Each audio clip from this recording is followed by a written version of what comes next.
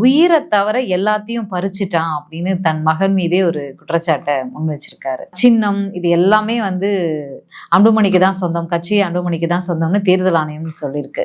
46 ஆண்டு காலம் பக்கம் உழைச்சிருக்கேன் நானே, எனக்கு மட்டும்தான் அந்த கட்சின்னு ராமதாஸ் ஐயா அவர்கள் சொல்றாங்க. என்னதான் இது?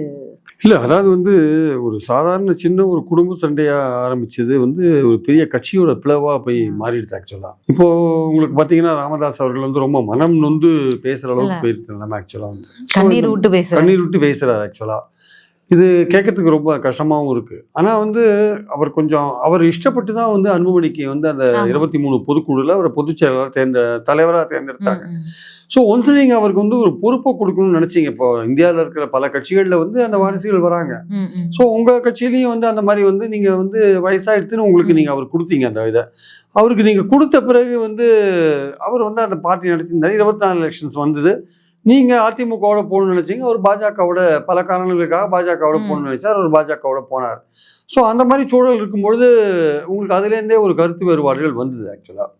ஸோ அப்படி வரும்பொழுது இந்த முகுந்தனை நீங்கள் வந்து இதாக்கணும்னு நினச்சிங்க, இளைஞரணி செயலாளர் ஆக்கணும்னு நினச்சிங்க. அது அவர் இல்லை, இப்போ கொஞ்ச நாள் ஆகட்டும், கட்சியில் வேலை செஞ்சவங்க நிறைய பேர் இருக்காங்க, அவங்களுக்கு கொடுக்கலான்ட்டு ஓப்பனாகவே தான் சொன்னார் அவர் அன்புமணி.